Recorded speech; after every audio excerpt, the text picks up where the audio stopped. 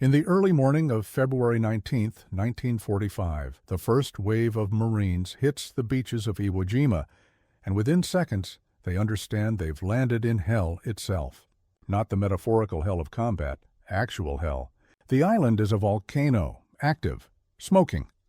The black sand beneath their boots radiates heat through their souls.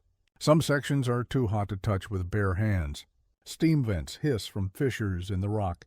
The entire island smells of sulfur, rotten eggs mixed with cordite and death. But the Marines aren't alone in this first assault. Behind them, embedded within the combat units, are men wearing the same uniforms but carrying different tools.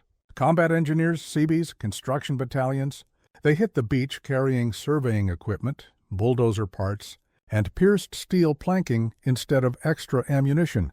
Their mission is simple to state, impossible to execute: build 3 operational airstrips on this 8-square-mile volcanic rock while the battle rages around them. Not after the island is secured, during right now. Under fire, the beach gradient is impossible. 15 feet of loose volcanic ash, not sand ash, that swallows men to their knees. Every step is exhausting. Tracked vehicles bog down immediately. Wheeled vehicles are useless. The terraces behind the beach rise at angles that seem designed to channel interlocking machine gun fire. For months, the Japanese have prepared this island into the most sophisticated defense system the Americans have yet encountered in the Pacific. Lieutenant Colonel Dion Williams, commanding the 133rd Naval Construction Battalion, watches his bulldozers attempt to climb off the beach. The volcanic ash defeats them. The tracks spin. The machines sink. Drivers are exposed, visible, perfect targets for the Japanese observers in the island's center, Mount Suribachi to the south and the Motoyama Plateau to the north. Artillery begins to fall, not the random harassing fire of a retreating enemy. Precise, pre-registered fire from guns positioned in reinforced bunkers and caves. The first bulldozer takes a direct hit. The driver, a Seabee named Harold Emerson, is killed instantly. The machine burns. Black smoke adds to the haze of sulfur, and battle smoke already obscuring the beach. But Williams doesn't have time to mourn. His orders are explicit. The primary objective isn't even securing the island. It's securing Airfield number 1. The Japanese built it. It's partially operational. It runs southwest to northeast, roughly 3,800 feet long, positioned on the island's southeastern plateau. The Americans need it functional within days of the landing, not weeks. Here's what most people don't understand about Iwo Jima. This isn't a battle for territory. This is a battle for a runway. Everything else, the flag raising on Suribachi, the cave-to-cave fighting, the 26,000 American casualties, all of it serves one purpose: build operational airstrips 660 miles from Tokyo, close enough for fighter escorts, close enough for crippled B-29 superfortresses to make emergency landings on their way back from bombing runs over Japan. The strategic calculus is brutal. The Americans know they're going to take thousands of casualties taking this island. They know it before the first landing craft touches shore. They accept it because the alternative is losing bombers and their crews over the Pacific when they can't make it back to the Marianas. By the end of the first day, the Marines have pushed 700 yards inland at the widest point. They hold a toehold, nothing more. The Japanese haven't counterattacked yet. They're waiting, dug in, prepared to bleed the Americans for every yard. The volcanic ash is mixed with American blood now. The beach is a chaos of burning vehicles, scattered equipment, and wounded men. But the engineers are already working. They've managed to get some bulldozers off the beach. They're beginning to cut roads through the ash, using what the terrain gives them. Hardpan layers beneath the loose surface. They're mapping Airfield number 1, assessing damage, measuring what needs to be done. Japanese artillery continues to fall. Snipers pick off anyone who stands too long in one place. The engineers work anyway. That night, the temperature drops. The volcanic heat that made the day unbearable becomes a strange comfort in the cold Pacific night. The engineers don't stop. They work under lights when they must, in darkness when they can. Every hour counts. Every delay means more B-29s lost over the ocean. More crews drowned or captured. By February 20th, one day after the invasion, the Marines have fought their way across the island's southern neck, cutting off Mount Suribachi. The volcano still dominates the southern landing beaches, but the engineers are already pushing north toward Airfield number 1. They're taking casualties. Engineers die at higher rates than infantry in this battle. They can't hide. They can't take cover while operating machinery.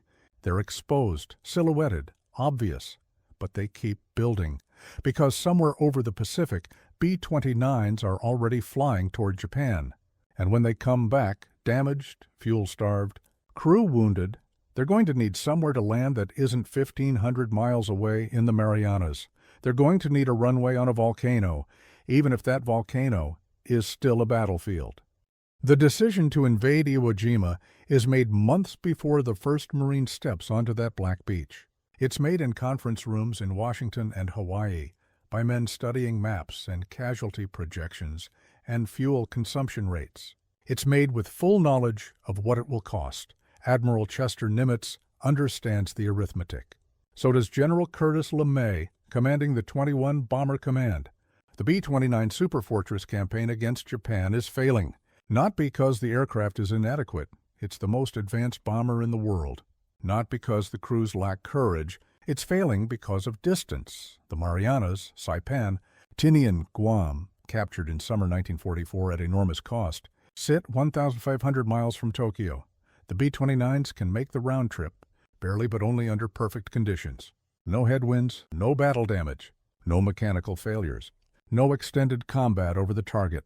In reality, bombers return damaged, engines fail, fuel runs critically low, and there's nothing between Japan and the Marianas except ocean. Between November 1944 and February 1945, dozens of B-29s ditch in the Pacific. Some crews are rescued, most aren't. Every aircraft lost represents not just millions of dollars in industrial production, but 10 trained crewmen, irreplaceable. The loss rate is unsustainable. Then there's the fighter problem. B-29s fly at 30,000 feet above most Japanese interceptors. Most, not all. Japanese fighters still claw up to meet them.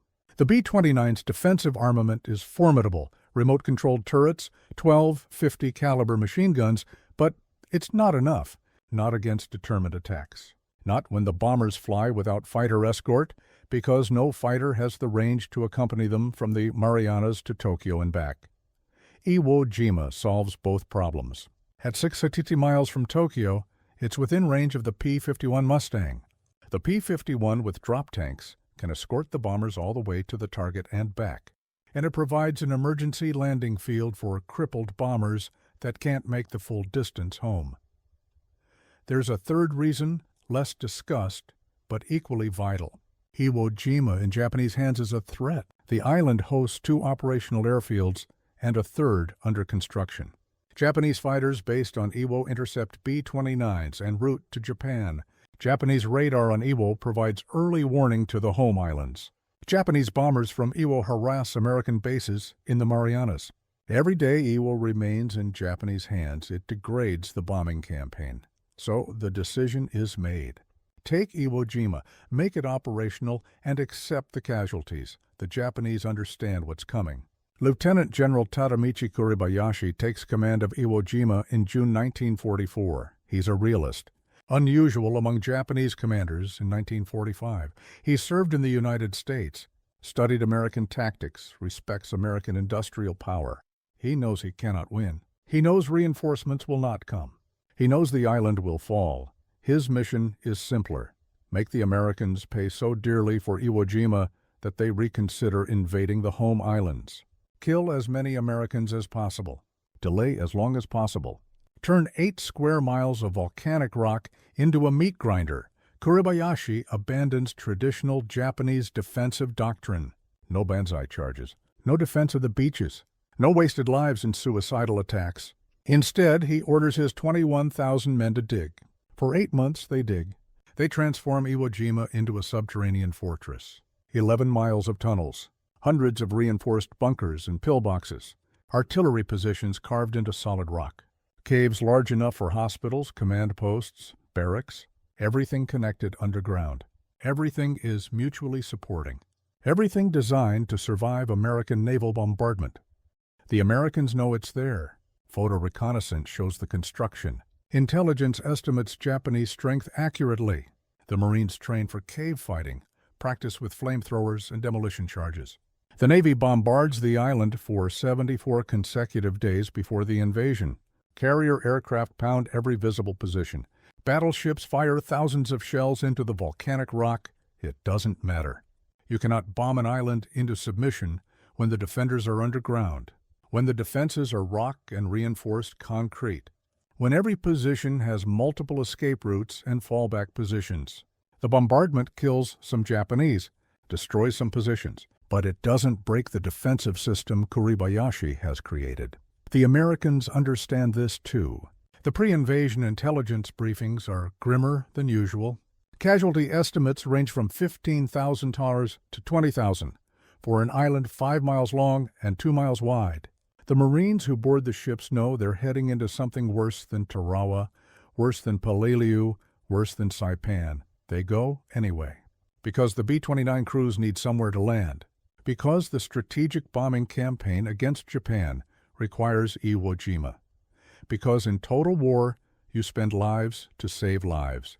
And the grim calculus says this invasion, horrific as it will be, saves more men than it costs. On paper, the plan is straightforward. 3 Marine divisions, 3rd, 4th, and 5th, assault the southeastern beaches. Drive north, secure Mount Suribachi in the south, capture the airfields in the island's center and north. The 4th and 5th Marine divisions land on the first day of the invasion. The 3rd remains in floating reserve. Expected duration, 5 to 7 days. The reality is different. It takes 4 days just to secure Mount Suribachi. The iconic flag raising on February 23rd captures the summit, but the volcano remains dangerous for days afterward. The fighting is room to room in caves and tunnels. The airfields, the whole reason for the invasion, sit in the island's center, surrounded by the most sophisticated defenses. Airfield number 1 is within range of Japanese artillery from Mount Suribachi to the south and the Motoyama Plateau to the north. Airfield number 2 is still under Japanese control, fortified, defended by hundreds of bunkers and spider holes. Airfield number 3, still under construction when the battle begins, sits in the island's north in terrain so broken and cave-riddled that it will take weeks to clear, and the engineers have orders to make all 3 operational. While the battle rages, while Marines die in the volcanic ash, while Japanese artillery continues to fall, the strategic gamble is this: spend thousands of lives now to save thousands of lives later. Build runways while under fire because every day without those runways costs bomber crews. Accept the casualties because the alternative, invading Japan without the ability to provide fighter escort and emergency landing fields, costs more. It's a brutal equation. But in February 1945, it's the only equation that makes sense. And so the engineers go to work under fire, building the impossible because the alternative is unthinkable. February 21st, 1945, 2 days after the invasion, the 133rd Naval Construction Battalion reaches Airfield number 1. What they find is worse than the reconnaissance photos suggested. The Japanese built this runway in 1944, carved from volcanic ash and rock, surfaced with crushed coral and compacted cinders. American naval bombardment and carrier strikes have cratered it in dozens of places. Some craters are 15 feet deep. The Japanese, knowing they'd lose the airfield, mined it. Booby traps everywhere. Artillery has pre-registered coordinates on every section of runway, and the volcanic ash makes everything harder. This isn't Normandy sand or Saipan coral. This is loose, fine-grained cinder that won't compact. Vehicles sink. Equipment bogs down. Even walking is exhausting. The ash gets into everything: engines, bearings, lungs. Men cough constantly, black phlegm mixing with the sulfur smell that never leaves, but the engineers have a solution, and it's brilliant in its simplicity. Marston mat, pierced steel planking, interlocking metal plates, each 10 feet long, 15 inches wide, perforated with holes to reduce weight and allow drainage. Originally designed for temporary airfields, now adapted for impossible conditions. You don't need to excavate volcanic ash. You don't need to compact unstable soil. You lay the steel plates directly on the surface, interlock them, and you have an instant runway that can handle a B-29's 140,000-pound gross weight, the Navy has shipped thousands of tons of Marston mat to Iwo Jima. It's offloaded on the beaches under fire, hauled forward on trucks when possible, manhandled when necessary. Each plate weighs 66 pounds. It takes 2 men to carry one. To build a 5,000-foot runway requires approximately 20,000 plates, over 300,000 pounds of steel. And it all has to be laid by hand, under Japanese artillery fire. Seabees Chief Warrant Officer John Bowser organizes the work crews. He divides the runway into sections.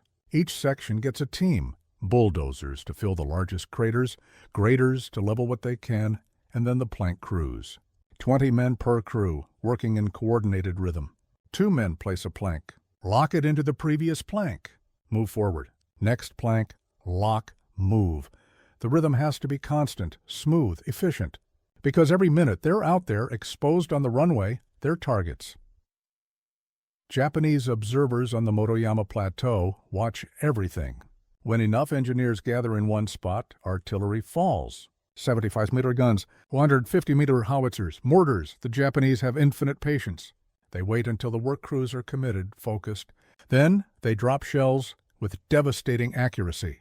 February 26, the first casualties among the 133rd. A mortar barrage catches a plank crew in the open. 4 men killed instantly, 6 wounded. The survivors drag them off the runway, and the next crew takes their place. There's no pause, no memorial service.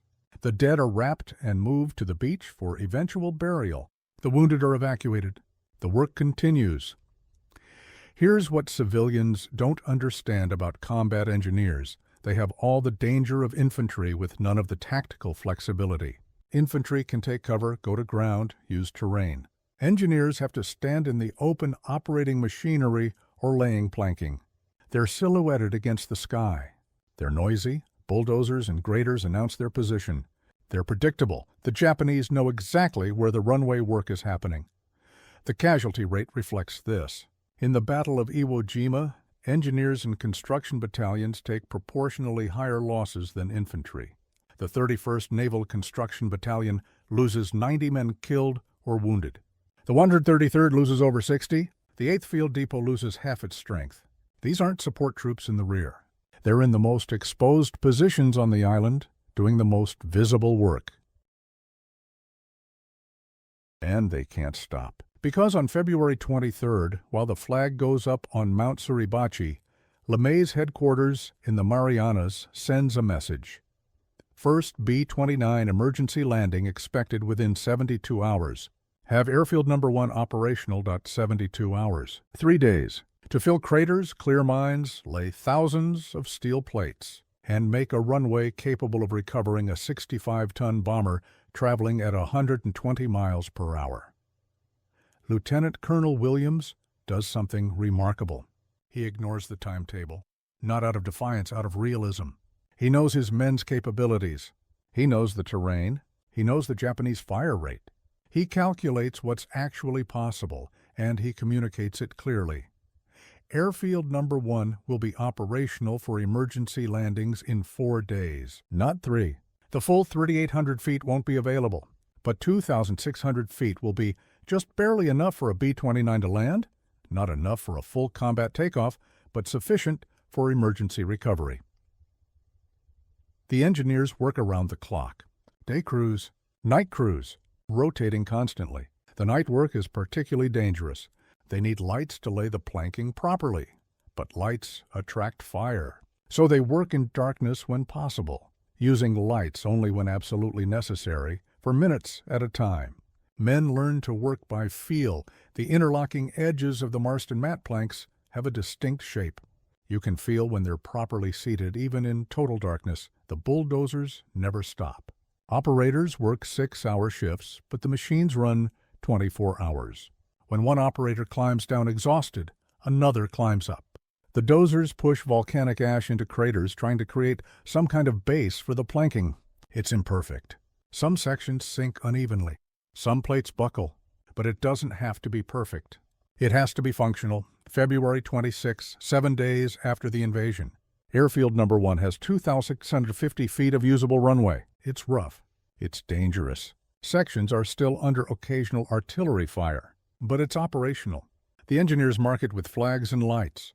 They radio the Marianas, ready for emergency recovery. That same day, a Marine Corps L-5 liaison plane makes the first landing. A tiny aircraft, nothing like a B-29, but it proves the runway works. The pilot reports rough surface, significant bumps, but acceptable. The engineers go back to work extending the runway. Because 2,650 feet is marginal, they need more. They need all 3,800 feet operational. By March 1st, they have it. The entire length of Airfield No. 1 is covered with Marston mat. Marines still fight for the northern part of the island. Japanese artillery still fires from caves and bunkers, but the runway is operational, functional, ready, and on March 4th, it saves its first lives. A B-29 named Dynamite, tail number 42-24627, returns from a strike on Tokyo with battle damage, one engine out, fuel critically low. The pilot, Captain Raymond Malo, radios Iwo Jima, requesting emergency landing. The tower clears him. The engineers and Marines on the ground watch as the massive bomber approaches from the north, lower than normal, slower than normal. Clearly struggling, Dynamite touches down hard on the Marston mat.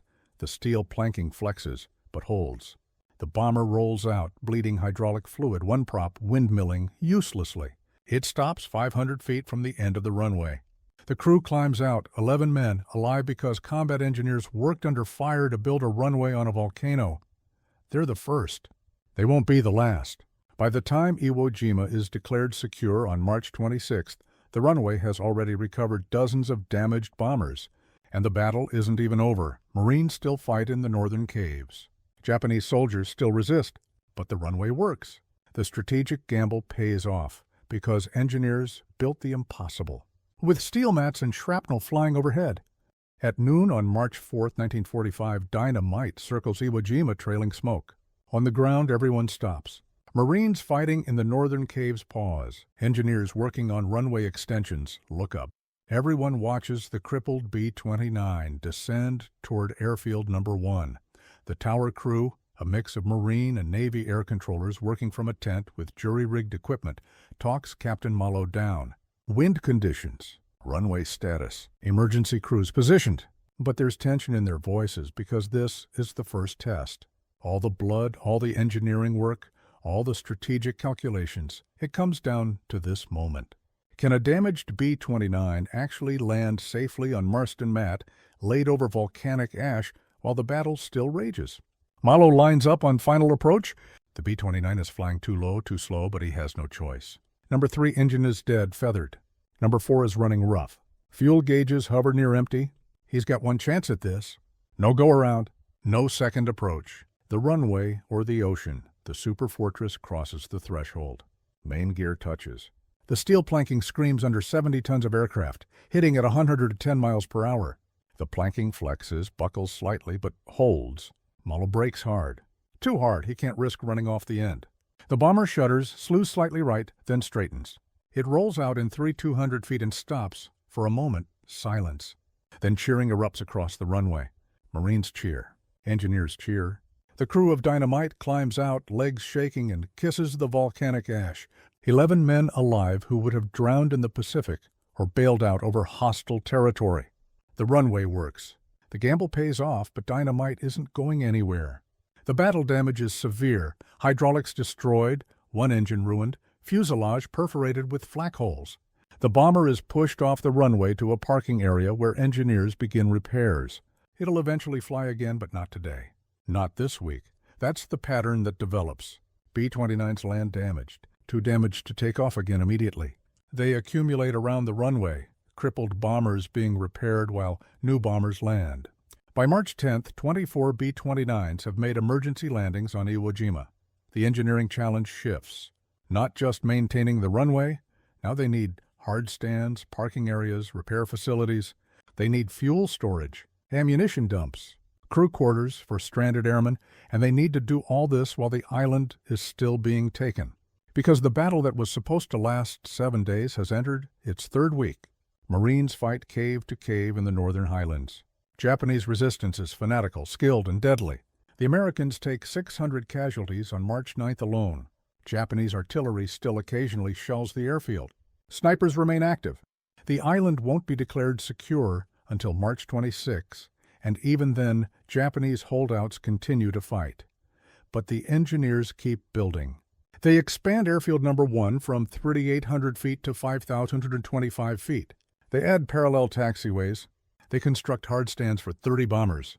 They build a second complete runway on Airfield No. 2, the central airfield the Japanese had nearly finished before the invasion. By late March, Airfield No. 2 is operational at 6,000 feet, capable of handling full combat operations. Not just emergencies. March 16th, the first fighter. Mission launches from Iwo Jima. P-51. Mustangs of the 7th Fighter Command take off from Airfield.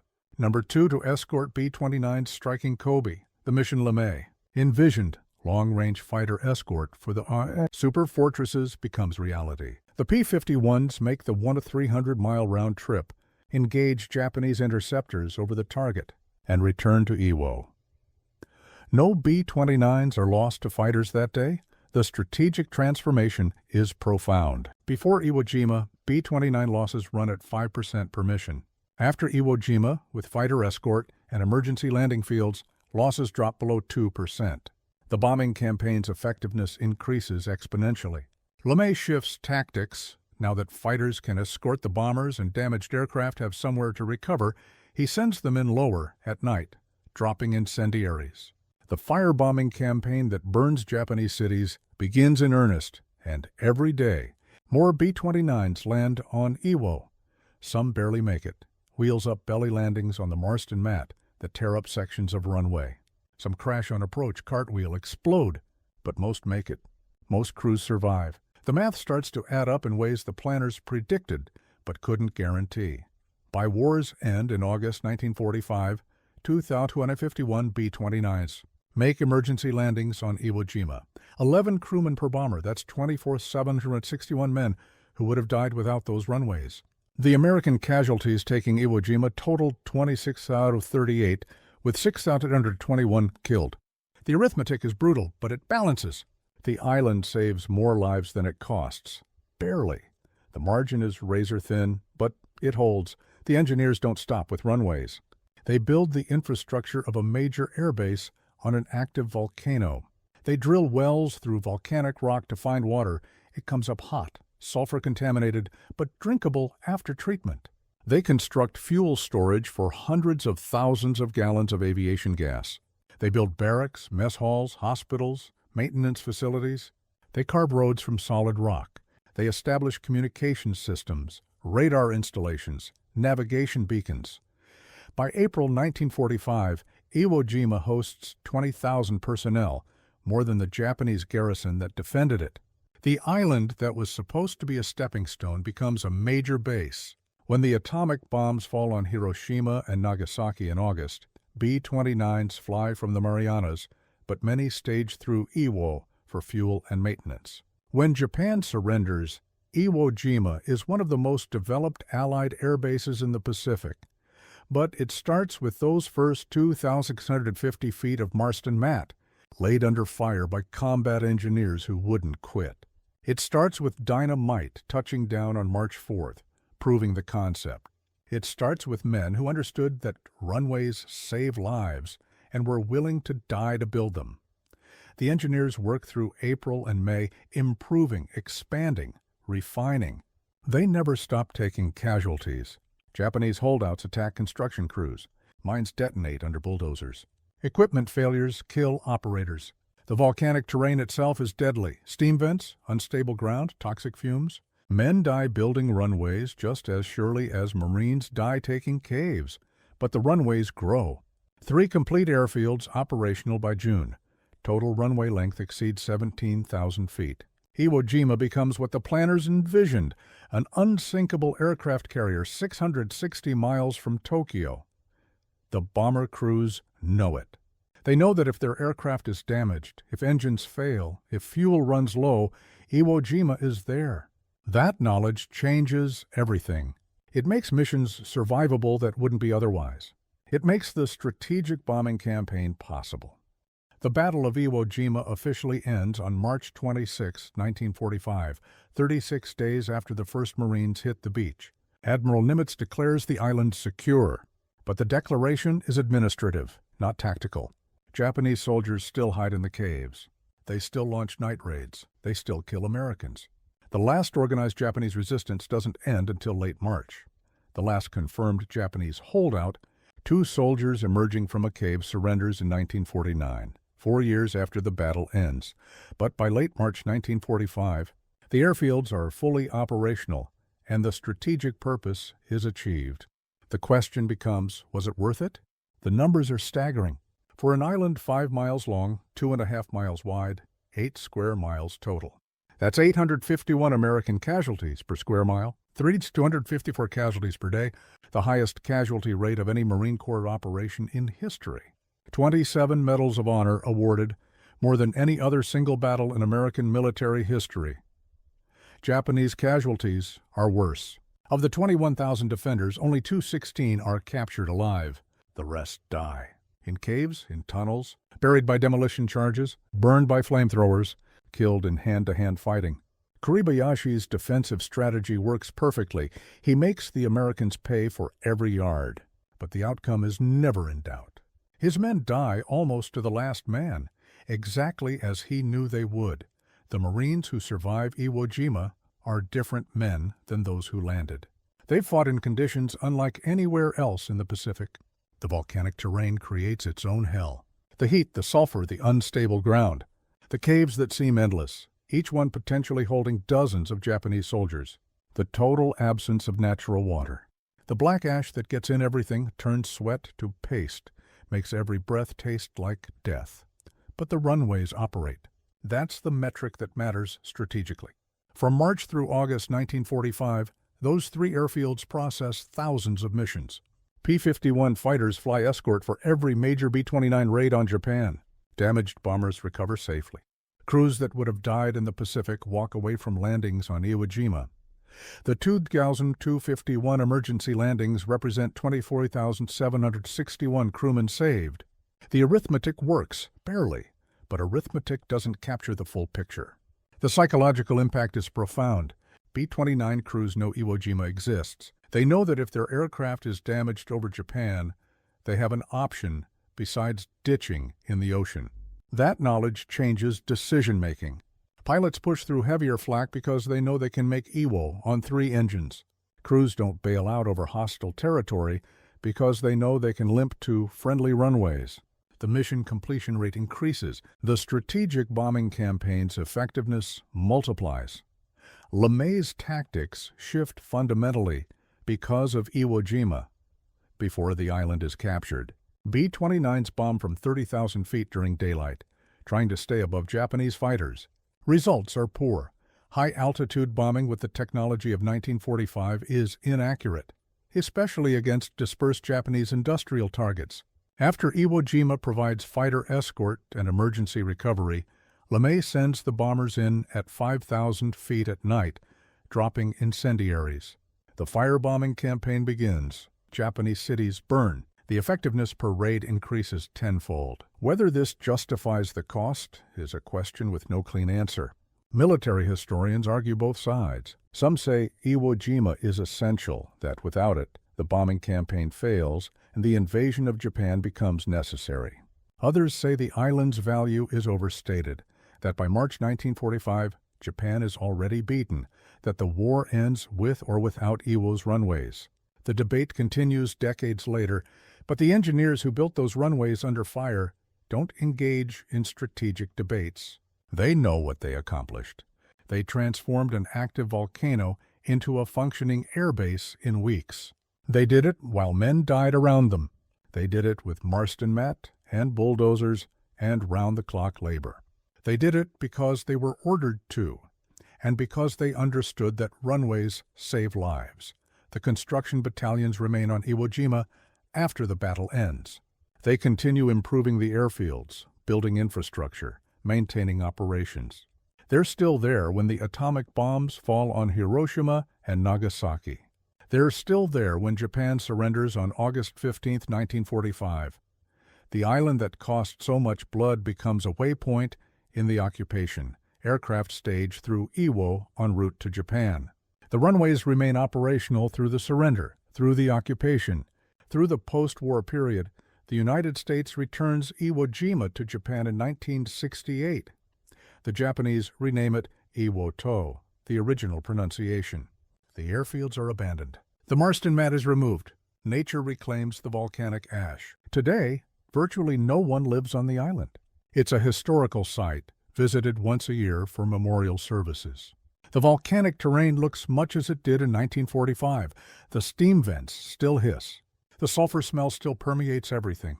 The ash is still black, still hot in places, but if you know where to look, you can still see traces. Sections of runway foundation, fragments of Marston mat buried in ash, rusted bulldozer parts, the bones of the airfields that 26,000 Americans bled to build and operate. The legacy of Iwo Jima extends beyond the battle. It proves that strategic objectives can be achieved through engineering as much as through combat. It validates the concept of combat engineers as frontline troops, not rear echelon support. It demonstrates that in modern warfare, logistics and construction matter as much as tactics and firepower. The Marines take the island, but the engineers make it useful. Both are essential. Both pay in blood. The men who built runways on a volcano while under fire don't consider themselves heroes. They consider themselves engineers who did their job under difficult conditions. But doing your job when the conditions include enemy artillery, volcanic terrain, and endless casualties, that's the definition of heroism, whether you accept the label or not. 24,761 B-29 crewmen owe their lives to those runways. Most never meet the engineers who built them. Most never walk the volcanic ash or see the Marston mat that saved them. They land, refuel, or repair, and take off again. The island is just a waypoint, a name on a map, a runway appearing out of the Pacific when they need it most. But it was never just a runway. It was 8 square miles of volcanic rock transformed into salvation by men who wouldn't quit, by engineers who understood that every plate of steel they laid, every crater they filled, every yard of runway they completed, directly translated to lives saved. That's the true cost of Iwo Jima, not just the 26,000 American casualties or the 21,000 Japanese dead. It's the understanding that in total war, you build under fire because the alternative is unacceptable. You accept casualties in construction battalions because runways save more men than they cost. You transform hell into an operational airbase because strategic necessity demands it. The engineers who built those runways knew the cost. They paid it. And the bombers that landed safely 2,251 times proved they built something worth the price.